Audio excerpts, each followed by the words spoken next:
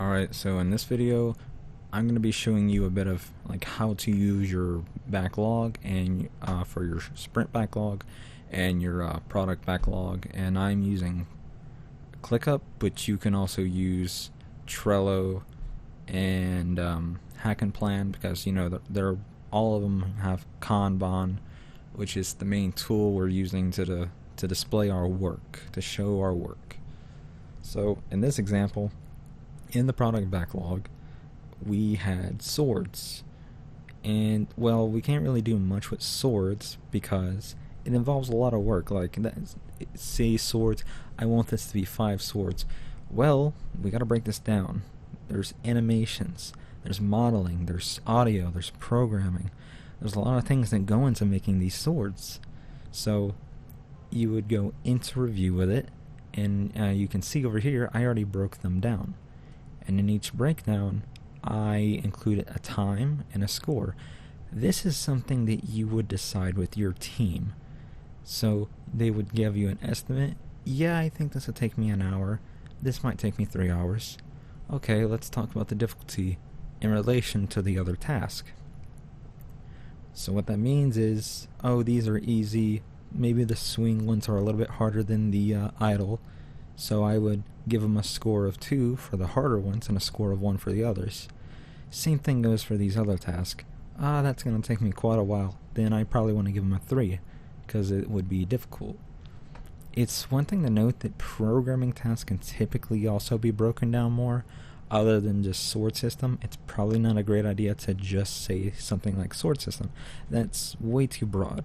You can include,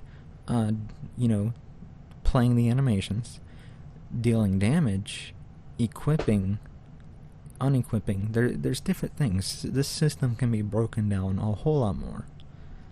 So when they broke it down, when they discussed it and they added their values to, what they think it's worth with their team, remember, it is your responsibility as the product backlog owner. If you're the lead, you're typically the product backlog owner, to make sure that whatever we're doing, whatever we're breaking down and figuring it out, has value to the customer. And all of this is like for upcoming sprints. So typically if it's the next sprint or if it's sprint we're about to do.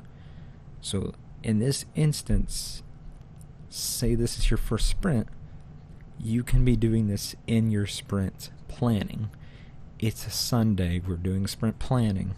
We're going to take about, I would say about an hour, maybe 2 hours, and we would figure out everything we need, start breaking these down. So I'm going to finish all of these, because we maybe spent 2 hours or so, no more than that. And our sprint, we're going to say it's about 2 weeks. So we broke these down. I'm going to take all of them, and I am going to move them into our new sprint. So production, and we're moving it to sprint. Okay, so let me just move these. Okay, so here's our sprint. Ooh, I am having issues.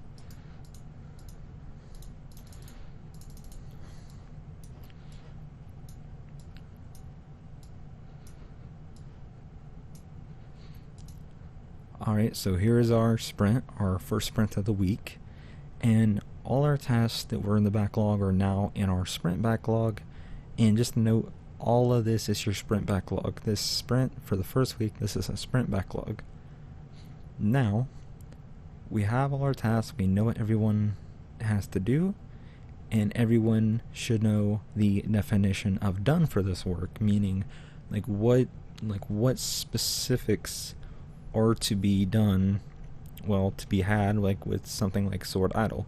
Like, what are we requiring? I want maybe 5 seconds on this idle, and it has to work with all swords into the future. It can't just work with one sword.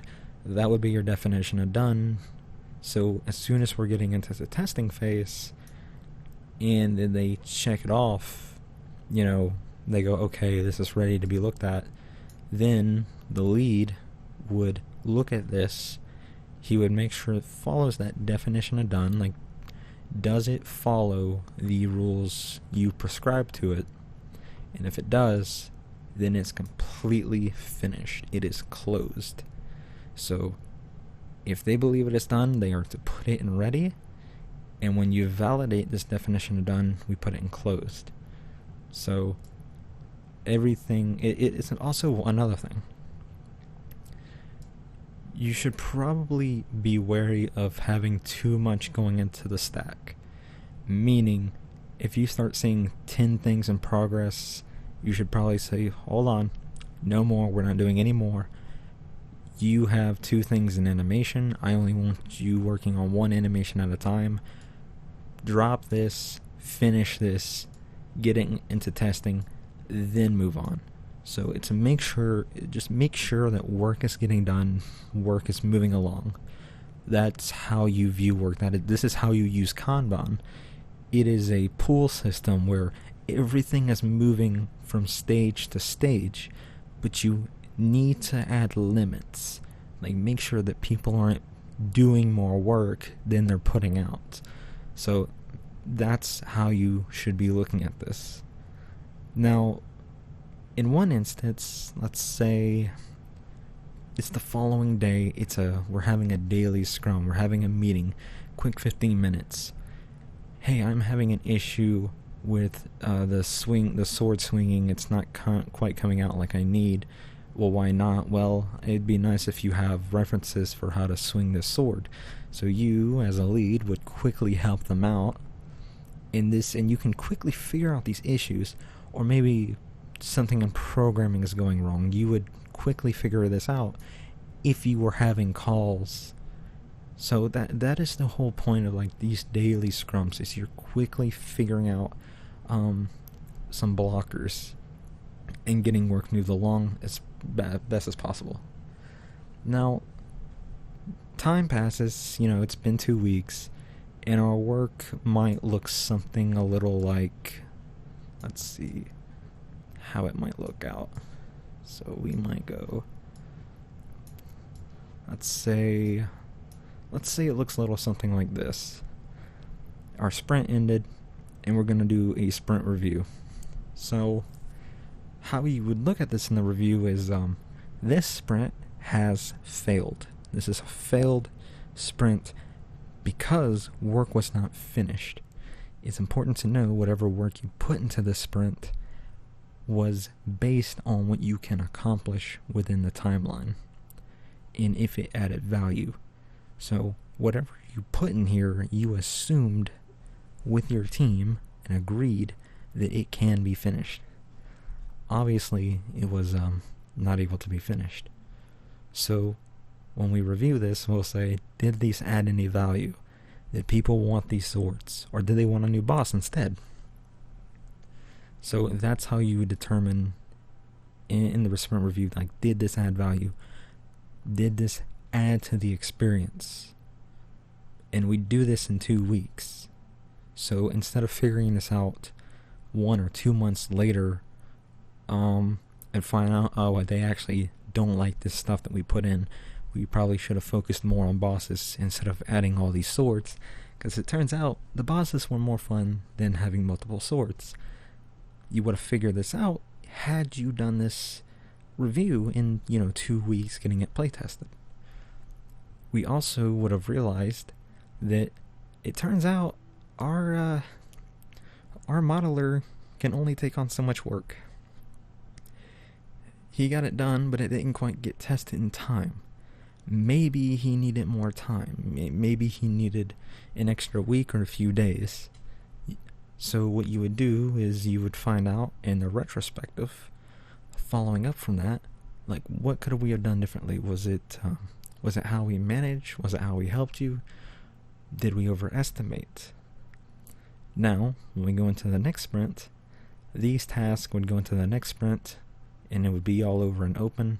So you would create a new list. You would create a new sprint, and these would be at the start of the sprint.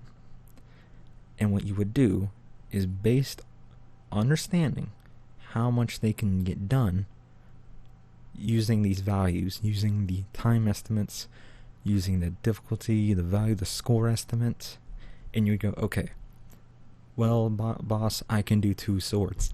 Well, in the last sprint, you've shown that you couldn't. Let's try to do one. And if you get that done, here's the cool thing.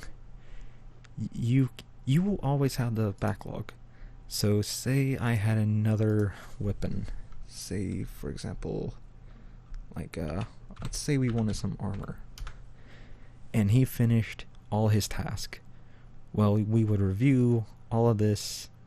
And when it's ready, it would be going into that sprint, meaning that he has more work to pull from once he has finished. So, that's how you use this sort of Scrum system with the product backlog. Product backlog, you're doing all the planning, you're refining the task, and then you're putting it out into the sprint backlog for the team to start taking work. So that's how you should use that system. How you should start. It's a pull system. Work is moving along. Make sure you're reviewing if there's being improvements, if the work has value.